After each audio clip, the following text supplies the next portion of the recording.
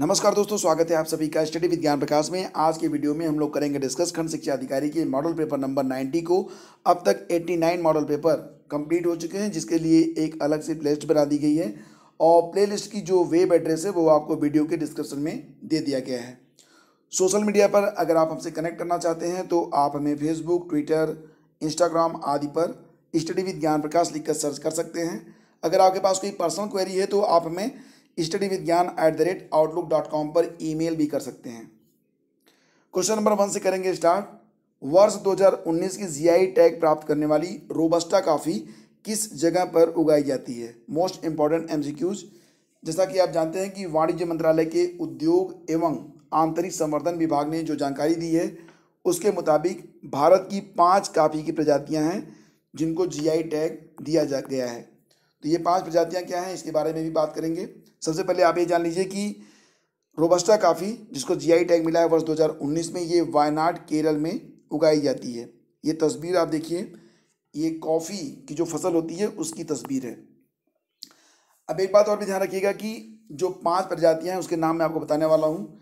एक तो कर्नाटक की कुर्ग अरेबिका कॉफ़ी है, कुर्ग अरेबिका कॉफ़ी, ठीक है। तो कॉफ़ी की जो मुख्य 2 प्रजातियां हैं उसमें एक अरेबिका होती है, दूसरी कौन सी होती है? रोबस्टा, ठीक है। तो कर्नाटक की कुर्ग अरेबिका कॉफ़ी जो है इसको भी मिला हुआ है जीआई टैग। वायनाड केरल की रोबस्टा कॉफ़ी ये हमने देखा अभी। चिकमंगलुरु केरल की जो अरेबिका कॉफ़ी है इसको भी दिया गया है। चिकमंगलुरु केरल की जो अरेबिका कॉफ़ी है इसको भी जीआई टैग मिला है। आंध्र प्रदेश में अराकू वैली की, अराकू वैली है, अराकू वैली, तो वहाँ पर जो अरेबिका कॉफ़ी उगाई जाती है उसको भी जीआई टैग मिला है। और इसके अलावा बाबा बूदनगिरी पहाड़ी कर्नाटक पर अरेबिका कॉफ़ी उगाई जाती है। तो रोबस्टा कॉफ़ी सिर्फ एक है, बाकी जो 4 प्रजातियां हैं वो अरेबिका कॉफ़ी की ही हैं जिनको जो जीआई टैग दिया गया है, ठीक है। तो 5 प्रजातियों को जीआई टैग दिया गया है। तो ये हैं कर्नाटक की कुर्ग अरेबिका कॉफ़ी, वायनाड केरल की रोबस्टा कॉफ़ी, चिकमंगलुरु कर्नाटक की arabica coffee, Araku valley Andhra Pradesh की अरेबिका कॉफ़ी और बाबा बूदनगिरी कर्नाटक की अरेबिका कॉफ़ी। तो ये हो गया इसका कंप्लीट रिवीजन भी। वर्ष 2022 तक भारत का कितना पवन ऊर्जा उत्पादन का लक्ष्य है? Most important MCQs. और इसी के साथ आपको बताएंगे कि पवन ऊर्जा में अग्रणी देश कौन सा है, भारत में पवन ऊर्जा में अग्रणी राज्य कौन सा है, और साथ ही साथ कि पवन ऊर्जा पैदा करने वाला पहला देश कौन सा था। इन सारी चीज़ों के बारे में जानेंगे। सबसे पहले आप ये जान लीजिए कि वर्ष 2022 तक भारत का कुल 60 गीगावाट पवन ऊर्जा उत्पादन का लक्ष्य है, ठीक है। और भारत में सर्वाधिक जो पवन ऊर्जा उत्पादन करने वाला राज्य है वो कौन सा है? तो सर्वाधिक जो पवन ऊर्जा उत्पादन करता है वो तमिलनाडु करता है। ये बात आप जरूर याद रखना। और अभी हाल ही में यानी कि 15 जून को विश्व पवन ऊर्जा दिवस के रूप में मनाया गया। तो ये भी आप याद रखना कि विश्व पवन ऊर्जा दिवस ये भी हाल ही में कब मनाया गया था? 15 जून को, ठीक है। और इसी के साथ आप ये भी याद रखिए कि पवन ऊर्जा में जो अग्रणी देश है, पहले स्थान पर कौन सा आता है पवन ऊर्जा में? सबसे अधिक जो पवन ऊर्जा होती है वो चीन में पैदा होती है। दूसरे स्थान पर है यूएसए यानी कि अमेरिका। तीसरे स्थान पर है जर्मनी। और एक बात बहुत ज़रूरी जो कि आपको पता होना चाहिए वो ये है कि भारत का पवन ऊर्जा उत्पादन में दुनिया में 4था स्थान है। तो ये काफ़ी इंपॉर्टेंट पॉइंट है। भारत का पवन ऊर्जा उत्पादन में दुनिया में 4था स्थान है, ये कई बार पूछा गया है। साथ ही साथ आपसे ये क्वेश्चन भी पूछा जा सकता है कि भारत में सर्वाधिक पवन ऊर्जा उत्पादन करने वाला राज्य कौन सा है? तो ये होगा तमिलनाडु। तो दोनों पॉइंट्स आप बहुत ध्यान से याद रखिएगा, ठीक है। और साथ ही साथ आपको ये भी बता दें कि पवन ऊर्जा पैदा करने वाला जो पहला देश था वो था स्कॉटलैंड। और स्कॉटलैंड जो था ये सबसे पहले 1887 में इसने पवन ऊर्जा को उत्पन्न किया था। एक बात और भी आप ध्यान रखेंगे कि मतलब जो इन्वेंशन करता है कभी कभी वो पीछे रह जाता है, बाकी लोग उसका फ़ायदा उठा ले जाते हैं। तो यहाँ पर चीन पहले स्थान पर आ गया और भारत 4थे स्थान पर है। तो ये दोनों बातें आप याद रखेंगे। पवन ऊर्जा उत्पादन में चीन अग्रणी है देशों में, भारत 4थे स्थान पर है। भारत में सबसे अधिक पवन ऊर्जा उत्पादन करने वाला राज्य है तमिलनाडु। मैं बार बार दोहरा रहा हूँ ताकि आपको ये सारे पॉइंट्स अच्छे से याद हो सकें। ग्रिजिल्ड स्क्विरल वाइल्ड लाइफ सेंचुरी ये किस राज्य में स्थित है? ग्रिजिल्ड स्क्वेरल वाइल्ड लाइफ सेंचुरी ये कहाँ पर स्थित है? ये क्वेश्चन है। सही जवाब है इसका तमिलनाडु। ऑप्शन सी इसका सही जवाब है। तमिलनाडु में एक स्थान है जिसका नाम है श्रीविल्लीपुत्तूर। क्या नाम है? श्रीविल्लीपुत्तूर में ये जो वाइल्ड लाइफ सेंचुरी है वो स्थित है। तमिलनाडु की जो अन्य वाइल्ड लाइफ सेंचुरीज हैं उनके नाम भी आप याद रखिए। एक तो आपका होता है अन्नामलाई वन्यजीव अभयारण्य, ठीक है, अन्नामलाई वन्यजीव अभयारण्य। और जो दूसरी इंपॉर्टेंट है वो क्या है? मुदुमलई, मुदुमलई। और एक वहाँ पर बर्ड सेंचुरी भी है, और ये जो बर्ड सेंचुरी है उसका नाम भी काफ़ी इंपॉर्टेंट है। ये कौन सा है? वेदांग थंगल। तो ये जरूर याद रखना आप कि एक बर्ड सेंचुरी है जो कि तमिलनाडु में स्थित है और इसका नाम है वेदांग थंगल बर्ड सेंचुरी यानी कि पक्षी अभयारण्य। तो ये सारे पॉइंट्स यहाँ पर काफ़ी इंपॉर्टेंट हैं। आगे बढ़ते हैं क्वेश्चन नंबर 4 पे। भारत में जैव भौगोलिक क्षेत्रों की संख्या कितनी है? देखो यहाँ पर एक बात का आप लोग ध्यान रखना कि बात यहाँ पर हो रही है जैव भौगोलिक क्षेत्रों के बारे में। अगर सिर्फ भौगोलिक क्षेत्रों के बारे में बात होती तो ये जो आंकड़े हैं वो बदल जाएंगे, ठीक है। तो जैव भौगोलिक जो क्षेत्र हैं भारत में उनकी संख्या कुल 10 है। अगर आपसे ये पूछा जाता कि भारत में कितने भौगोलिक क्षेत्र हैं, सिर्फ भौगोलिक, ठीक है, तो इनकी संख्या है 5, ठीक है। साथ ही साथ अगर क्वेश्चन ये बनेगा कि उत्तर प्रदेश को कितने कृषि जलवायु प्रदेशों में बांटा गया है, यूपी के संदर्भ बात हो रही है कि यूपी को कितने कृषि जलवायु क्षेत्रों में बांटा गया है, तो ये याद रखना कि यूपी को कुल मिला के 9 कृषि जलवायु क्षेत्रों में बांटा गया है। तो याद रखना कि अगर क्वेश्चन होगा कि कितने कृषि जलवायु क्षेत्र, तो इसका जवाब होगा 9। आगे बढ़ते हैं। जनगणना 2011 के अनुसार उत्तर प्रदेश की कुल कार्यशील जनसंख्या का कितने प्रतिशत कृषि कार्य से संबंधित है? यानी कि कुल जो जनसंख्या है उसमें कितने प्रतिशत लोग खेती बाड़ी के द्वारा अपना जीवन यापन करते हैं? और इसका जो सही जवाब है फ्रेंड्स वो जरूर याद रखना आप लोग, ये है 59.3%। 59.3% लोग ये कृषि पर ही आधारित हैं और ये जो आंकड़ा है वो जनगणना 2011 के अनुसार है। लोसार महोत्सव का आयोजन किस देश में होता है? एक्चुअली में किस प्रदेश में होता है लोसार महोत्सव? तो जैसा कि आप जानते हैं कि अभी लोसार महोत्सव जो है ये फरवरी के महीने में 24 से 26 फरवरी को मनाया गया था, ठीक है। और ये लगभग वही समय है जब मध्य प्रदेश में मिर्च महोत्सव मनाया जा रहा था। तो लोसार महोत्सव कहाँ पर मनाया जाता है? ये हिमाचल प्रदेश में मनाया जाता है, ठीक है। इसको याद रखना कि हिमाचल प्रदेश में जो तिब्बती लोग हैं वो अपनी संस्कृति को प्रदर्शित करने के लिए ये लोसार महोत्सव मनाते हैं। तो ऑप्शन सी इसका सही जवाब हुआ, ठीक है। तो ये जरूर आप याद रखना। और इसी क्रम में आपको ये भी बता दें कि लाहौल घाटी की धर्मशाला में ये पहली बार मनाया गया था, लाहौल घाटी की धर्मशाला में, जो कि हिमाचल प्रदेश में स्थित है। गाडगिल व कस्तूरी रंगन समिति का संबंध किससे है? अब यहाँ पर जो अलग अलग आयोग बनाए गए हैं उनका संबंध किस क्षेत्र से, ये आपको बताना है। गाडगिल व कस्तूरी रंगन समिति का संबंध, तो याद रखना कि गाडगिल और कस्तूरी रंगन समिति का जो संबंध है वो पश्चिमी घाटों के संरक्षण से है। तो यानी कि ऑप्शन बी हमारा सही जवाब होगा। अभी हाल ही में जो अन्य समितियां बनाई गई हैं, केंद्र राज्य संबंध, औद्योगिक रुग्णता और वित्तीय क्षेत्र में सुधार से, तो इसके बारे में भी आपको पता होना चाहिए। हो सकता है कि इनमें से कोई एक क्वेश्चन आपसे एग्जाम में पूछ लिया जाए। तो केंद्र राज्य संबंध पर जो हाल ही में एक समिति बनी है वो कौन सी है? राजमन्नार समिति, याद रखना। औद्योगिक रुग्णता के लिए जो समिति बनाई गई वो है गोस्वामी समिति। और वित्तीय क्षेत्र में सुधार के लिए जो समिति का निर्माण किया गया उसके अध्यक्ष हैं रघुराम राजन। तो रघुराम राजन समिति के नाम से इसे जाना जाता है। तो ये सारी समितियां काफ़ी इंपॉर्टेंट हैं। 73वें बाफ्टा फिल्म पुरस्कार में सर्वश्रेष्ठ फिल्म का पुरस्कार किस फिल्म को दिया गया? 73वें बाफ्टा फिल्म पुरस्कार में सर्वश्रेष्ठ फिल्म का पुरस्कार दिया गया था किसको? 1917 को, 1917 को।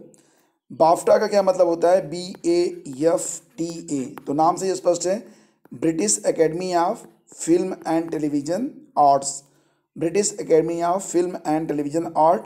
और इसमें जो बेस्ट फिल्म चुनी गई थी वो 1917 चुनी गई थी। जबकि अगर क्वेश्चन पूछा जाएगा कि बेस्ट डायरेक्टर कौन चुने गए, तो ये चुने गए थे सैम मेंडिस, सैम मेंडिस। और ये जो है 1917 के डायरेक्टर थे सैम मेंडिस, जिनको बेस्ट डायरेक्टर का अवार्ड दिया गया था। अब यहाँ पर पैरासाइट भी दिया गया है, तो पैरासाइट के बारे में आप जानते होंगे। ऑस्कर अवार्ड में ये सर्वश्रेष्ठ फिल्म चुनी गई थी, ऑस्कर अवार्ड 2020 के लिए।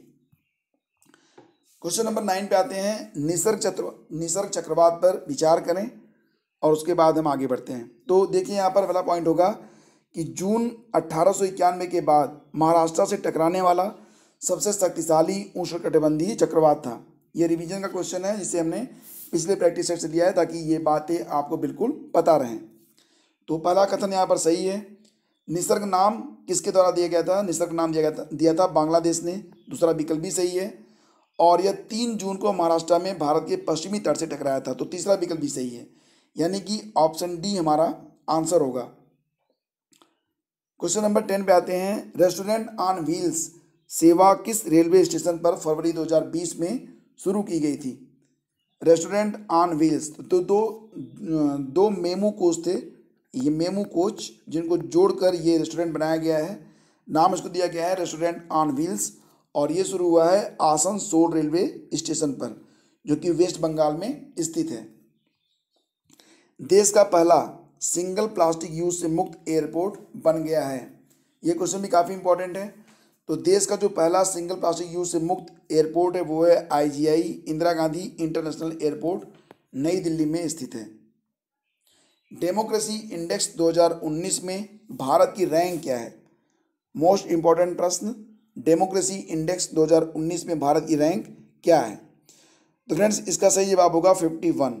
डेमोक्रेसी इंडेक्स 2019 में जो भारत की रैंक है वो 51 है। अगर क्वेश्चन ये पूछा गया कि डेमोक्रेसी इंडेक्स को जारी कौन करता है, तो इसे जारी करता है इकोनॉमिस्ट इंटेलिजेंस यूनिट यानी कि EIU।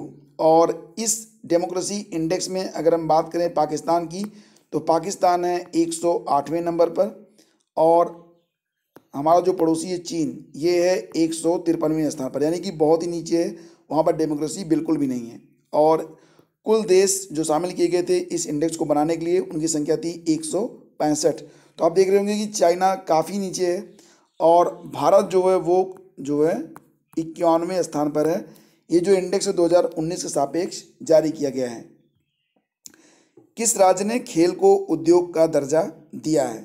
बहुत ही अच्छा प्रश्न है ये, और ये पूछा भी जा सकता है कि किस राज्य ने खेल को उद्योग का दर्जा दिया है, क्योंकि खेलों को उद्योग का दर्जा भारत में किसी भी राज्य को प्राप्त नहीं है। तो ऐसा काम करने वाला मिजोरम यानी कि ऑप्शन बी पहला राज्य बन गया है। तो ऑप्शन बी को हम आंसर करेंगे।